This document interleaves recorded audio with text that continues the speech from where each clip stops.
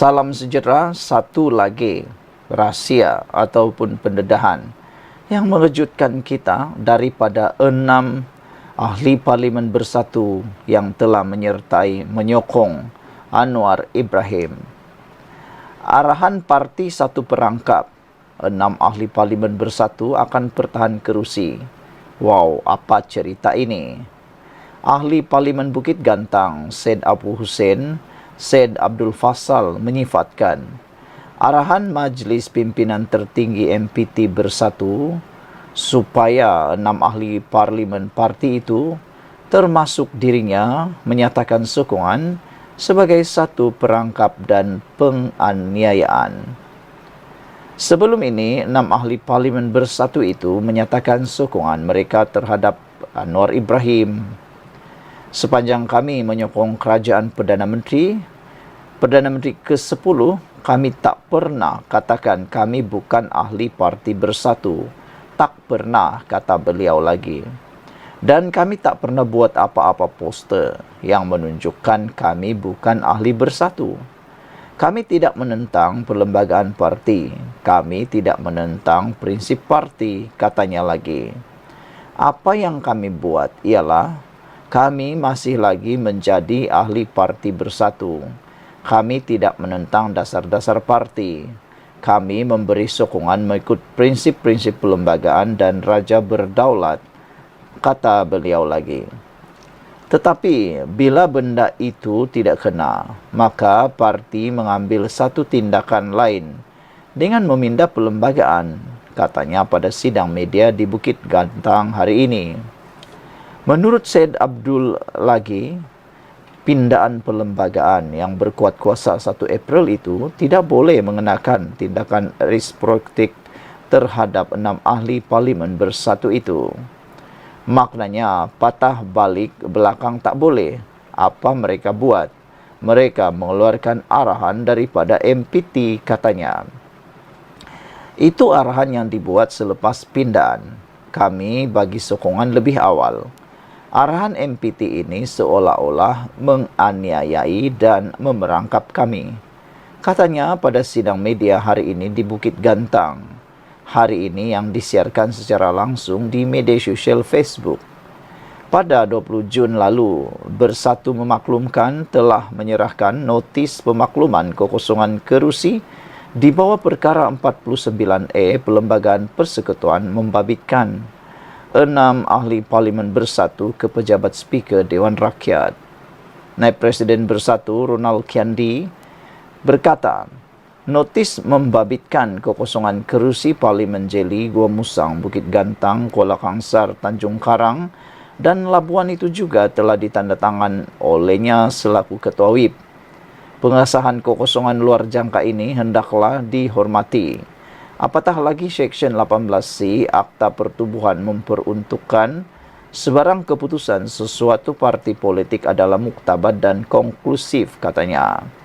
Secara prinsipnya, saya yakin Tan Sri Johari Abdul mahu memastikan badan legislatif bebas daripada pengaruh politik kepartian dengan menghormati keluaran perlembagaan dan menjunjung kedaulatan undang-undang, katanya pada kenyataan.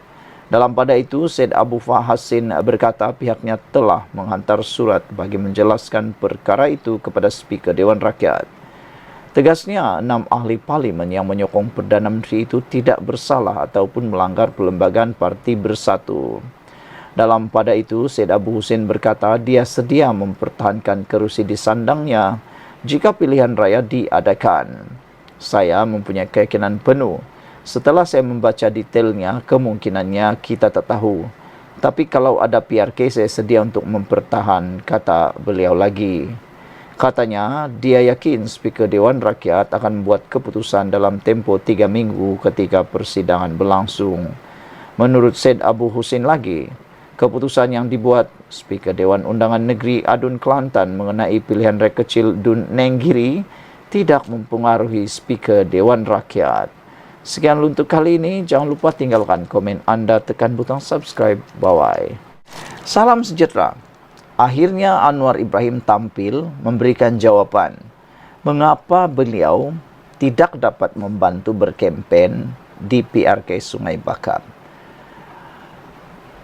Musuh Perikatan Nasional, yaitu PH, sekarang ini mula berperang habis-habisan di PRK Sungai Bakap. Salah satu perkara yang digunakan oleh Perikatan Nasional untuk menyerang Pakatan Harapan ialah kononnya keengganan, ketidaksanggupan Anwar Ibrahim turun untuk berkempen. Tapi mereka lupa, Anwar Ibrahim ada jawapan yang sangat logik dan anda patut terfikir. Anwar Ibrahim berkata, beliau tidak turun berkempen dalam pilihan raya kecil Sungai Bakap kerana beliau mahu fokus kepada masalah yang lebih utama, yaitu ekonomi dan membangunkan taraf hidup rakyat. Cuba anda fikirkan sendirilah, kalau Perdana Menteri kita Anwar Ibrahim sibuk berkempen selama 3 minggu di PRK Sungai Bakap, apa yang akan terjadi dengan kerja yang sepatutnya dilakukan oleh seorang Perdana Menteri? Itu barulah dikatakan Perdana Menteri berjiwa rakyat. Tidak mengambil berat tentang kalah atau menang pilihan raya partinya. Yang diambil berat ialah tentang rakyat dan keutamaan kepada rakyat. Inilah Perdana Menteri yang hebat.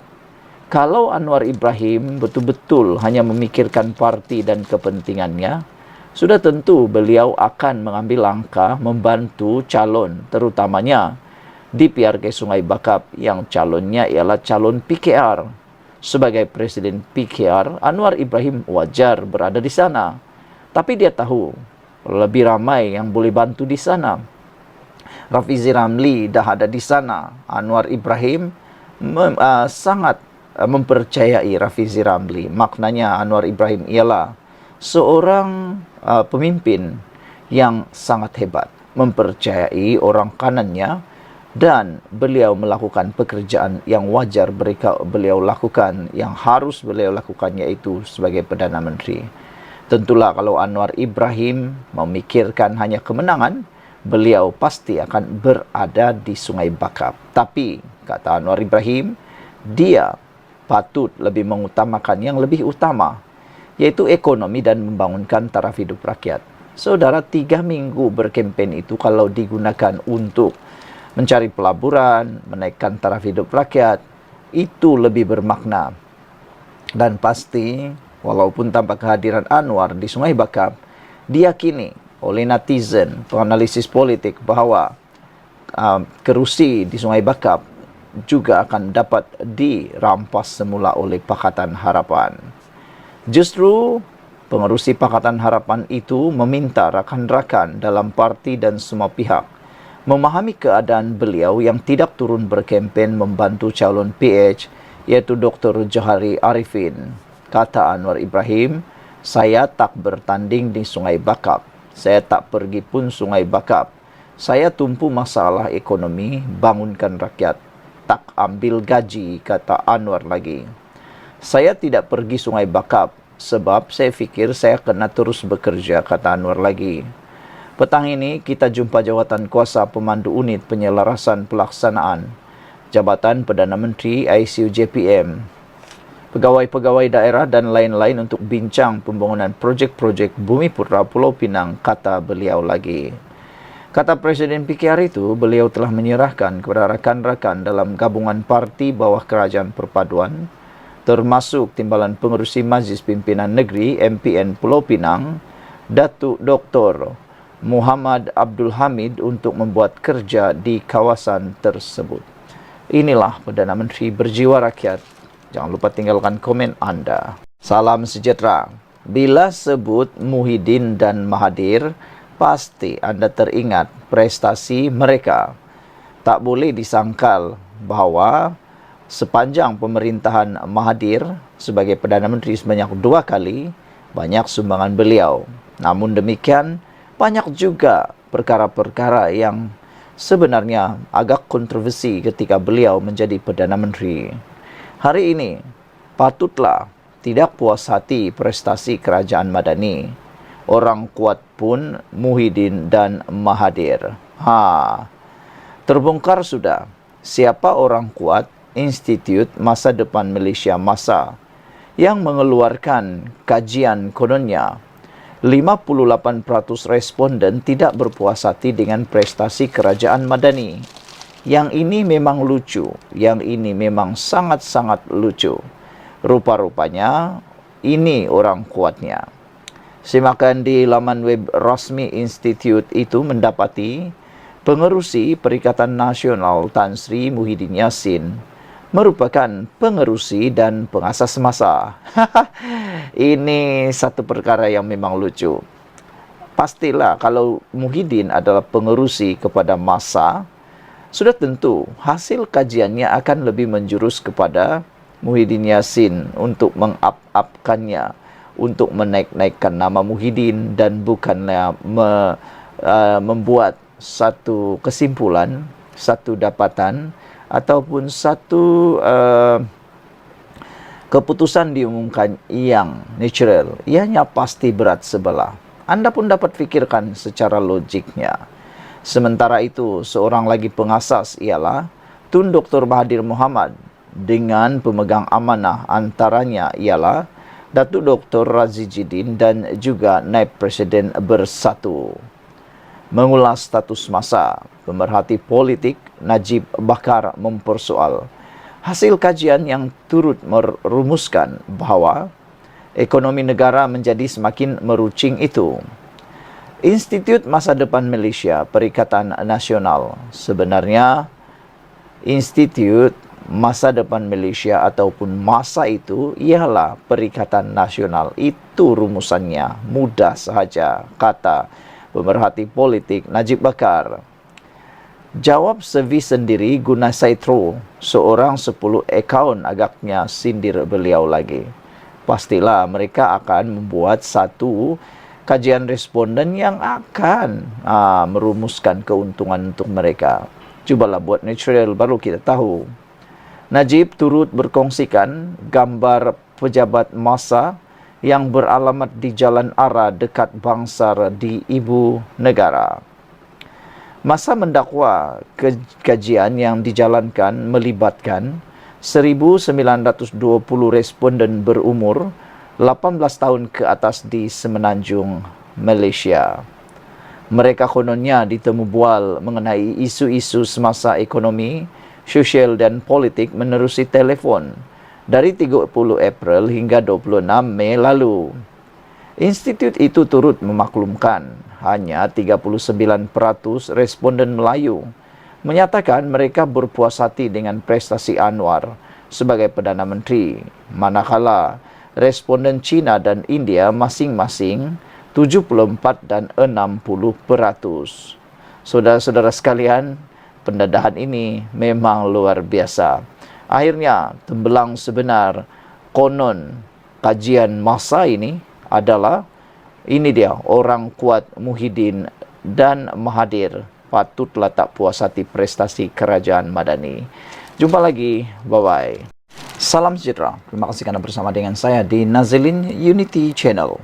Pagi ini kita dapat satu maklumat lagi. Walau dimaki hamun, kerajaan Madani terbukti bersifat terbuka. Berbanding dengan kerajaan-kerajaan yang lain, tak berani buka parlimen pun, takut nak buat sidang media pun, hanya guna PDF. Walaupun kerajaan Madani diterajui Perdana Menteri Datuk Seri Anwar Ibrahim dimaki hamun, hak rakyat untuk bersuara tetap dihormati. Menteri Dalam Negeri Datuk Seri Saifuddin Nasution Ismail berkata, kerajaan terbukti bersifat terbuka dan memberi peluang kepada rakyat untuk berhimpun secara aman dalam himpunan demo rakyat lawan Anwar di Kompleks Seri Perdana Putrajaya semalam. Ini mengesahkan Malaysia di bawah kerajaan Madani menghormati hak untuk berkumpul, hak untuk berhimpun secara aman, dan hak untuk menegur serta mengkritik pemerintah. Kerajaan di bawah teraju Anwar menghormati hak setiap rakyat. Walaupun Perdana Menteri itu dimaki hamun, katanya selepas menghadiri program ekspirasi generasi kita semalam. Beliau berkata, mengikut laporan yang diterimanya, Himpunan disertai kira-kira 100 orang itu hanya membabitkan kelompok kecil masyarakat. Kata beliau, kita tengok daripada 30 juta rakyat Malaysia, mereka berjaya kumpulkan siang tadi semalam adalah 100 orang. Ini satu angka menakjubkan. Saya ingatkan 100,000, rupa-rupanya 100 orang sindirnya. Petang semalam, peserta perhimpunan yang gagal mendapat sambutan rakyat itu mendesak Perdana Menteri Anwar Ibrahim menurunkan harga diesel serta tidak menaikkan harga petrol. Kumpulan itu turut mendesak kerajaan mengembalikan bekalan beras putih tempatan selain membenarkan pengeluaran simpanan Kumpulan Wang Simpanan Pekerja KWSP. Saudara-saudara sekalian, ini adalah satu perkara yang memang menakjubkan. Hanya 100 orang yang mengikuti himpunan anti Anwar ini. Ini menunjukkan himpunan tersebut gagal segagal-gagalnya. Hanya mewakili 100 orang daripada 30 juta rakyat Malaysia, itu bolehlah dikategorikan sebagai hanya untuk kepentingan kelompok-kelompok kecil. Mereka sebenarnya tidak mewakili suara rakyat Malaysia yang sebenar. Mereka hanya terbawa-bawa emosi maupun untuk kepentingan mereka sendiri. Nak mencari nama menggunakan isu yang popular. Beberapa hal yang mereka bawa dalam himpunan ini sebenarnya hanyalah isu-isu yang popular, yang tidak semestinya benar. Sebagai rakyat Malaysia, jadilah rakyat yang bijaksana, bukan rakyat yang ditarik hidungnya bagai seekor kerbau atau lembu. Ada orang nak ambil kesempatan, anda ikut. Itu yang tak betul. Sebenarnya saudara-saudara, isu-isu yang mereka gunakan ini nampaknya hanya untuk meraih simpati daripada rakyat, hanya untuk meraih perhatian daripada rakyat. Antaranya ialah isu tentang melibatkan beras putih. Kerajaan telah mengambil jalan untuk mengelakkan berlaku penipuan penjualan beras tersebut. Apabila kerajaan telah mengambil inisiatif untuk membuat intervensi mengatasi masalah tersebut, ada pula yang melalak, nak buat ulangan, nak buat U-turn. Perkara itu tak patut dibuat. Kalau dah ada penambahbaikan, kenapa nak buat U-turn semula? Bagai cerita perumpamaannya, anda dah kubur seekor bangkai kucing yang busuk, yang tak perlu anda lihat lagi. Akhirnya ada orang desak untuk anda korek semula kucing itu. Apa akan jadi? Anda hanya menemui bangkai yang sudah berbau, berulat dan sangat jijik. Selain daripada itu, desakan membenarkan pengeluaran simpanan wang simpanan Kumpulan Wang Simpanan Pekerja ini adalah satu perkara yang mungkin popular bagi sebilangan rakyat Malaysia. Tapi hampir keseluruhan rakyat Malaysia sudah menyedari bahawa berlaku kerugian apabila mereka mengeluarkan wang simpanan mereka di saat ini. Kerana mereka telah sedar tiada gunanya mengeluarkan wang tersebut pada waktu ini. Sekian dulu untuk kali ini. Jangan lupa tinggalkan komen anda, tekan butang subscribe. Kita jumpa lagi. Bye-bye. Waduh. Ini memang berita paling kesian lah di Sungai Bakap. Kempen Perikatan Nasional sudah hilang punca. Itu kata Rafizi. Amat kesianlah kan untuk kempen Perikatan Nasional di Sungai Bakap ini. Dikabarkan sudah hilang punca. Apa tidaknya sudah hilang modal. Modal politik dah habis. Nak cakap tentang apa lagi pun tak boleh. Kerana sebelum ini SPR sudah beri amaran, jangan sentuh 3R. Biasanya isu 3R ini paling popular. Jadi nak guna isu 3R, bahaya. Nanti kena tangkap. Jadi baguslah kita suka dengan pengumuman SPR supaya isu 3R jangan diguna.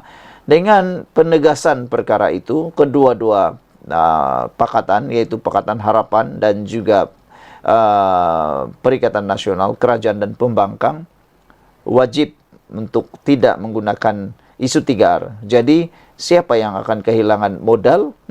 Tak tahulah. Anda pun tahu siapa jawapannya.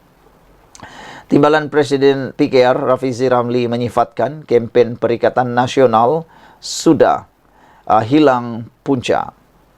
Dalam sidang media hari ini, Rafizi berkata, Gabungan itu langsung tidak memberi tumpuan terhadap isu setempat. Sebaliknya hanya memainkan isu di peringkat nasional. Ini yang lucu lah kan. Sebenarnya pilihan raya kecil sama ada pilihan raya kecil sama ada itu melibatkan ADUN ataupun parlimen, Dewan Undangan Negeri atau parlimen, ianya membawa isu yang berbeza. Kalau parlimen itu isu nasional yang boleh dimainkan. Kalau Anda adalah pengikut politik, Anda faham itu. Manakala untuk Dewan Undangan Negeri pula adalah tidak wajar menggunakan isu nasional. Karena isu nasional itu untuk seluruh negara. Apa isu nasional? Apa isu setempat? Bagi pilihan raya kecil untuk Dewan Undangan Negeri, gunalah isu politik di setempat. Tapi tak tahulah, mungkin Perikatan Nasional sudah kehilangan modal menggunakan isu setempat. Dan paling teruk lagi, awal-awal lagi mereka dah kalah dalam soal kelayakan calon. Dalam sidang itu Rafizi kata gabungan Perikatan Nasional langsung tidak memberi tumpuan terhadap isu setempat. Sebaliknya hanya memainkan isu di peringkat nasional. Nampak sangat Perikatan Nasional hilang punca dalam kempen PRK kali ini. Kerana mereka tidak memberi tumpuan kepada isu-isu yang lebih penting kepada penduduk Sungai Bakap, serta kemampuan calon untuk memberi khidmat terbaik untuk pengundi di sini, kata Rafizi lagi. Rafizi mengulas kenyataan pengurusi Perikatan Nasional Muhyiddin Yassin ketika kempen semalam berkenan, rakyat akan berdepan satu lagi kejutan berkenan penyelarasan subsidi.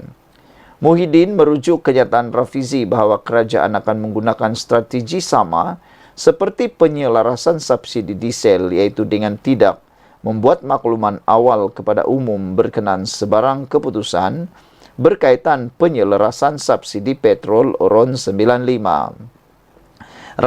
Rafizi yang juga Menteri Ekonomi berkata, Perikatan Nasional mengambil kesempatan memainkan emosi rakyat dalam hal yang sudah diketahui memerlukan campur tangan kerajaan, seperti dasar subsidi pukal dan pengukuhan kedudukan kewangan. Muhyiddin boleh memainkan isu, tetapi saya ingat rakyat sedia maklum rekod pentadbirannya, kata Rafizi. Apabila kerajaan Mendani ambil alih, kami juga terkejut dengan hutang yang mereka tinggalkan. Kita tak ada pilihan lain selain mengambil keputusan-keputusan yang boleh membina daya saing negara di masa akan datang, katanya. Langkah kerajaan untuk melaksanakan penyelarasan subsidi bagi diesel untuk Semenanjung Malaysia dikritik hebat Perikatan Nasional. Bagi menggantikan subsidi pukal, kerajaan menyediakan bantuan tunai RM200 kepada pengguna kenderaan diesel persendirian dan sistem kawalan diesel bersubsidi untuk perniagaan. Mengulas lanjut, Rafizi berkata beberapa dasar tidak popular perlu dilaksanakan bagi pertumbuhan ekonomi menerusi langkah yang dapat mengukuhkan kedudukan fiskal negara. Sementara kita tak menyerang mereka dengan rekod hutang dan perbelanjaan mereka semasa jadi kerajaan, saya ingat rakyat boleh menilai sendiri bahawa tindakan yang perlu diambil oleh kerajaan Madani sebenarnya diwariskan oleh kerajaan Muhyiddin sendiri, katanya lagi. Rafizi berkata pengundi atas pagar adalah kunci untuk kerajaan kempen kejayaan kempen kali ini. Dalam minggu kedua kempen, sasaran dan fokus kami selain memperhebat lagi momentum ialah untuk memastikan naratif kempen berlaku dengan baik dan sampai terutamanya kepada pengundi atas pagar, kata Rafizi lagi. Sekian dulu untuk kali ini. Jangan lupa tinggalkan komen Anda, tekan butang subscribe. Bye-bye.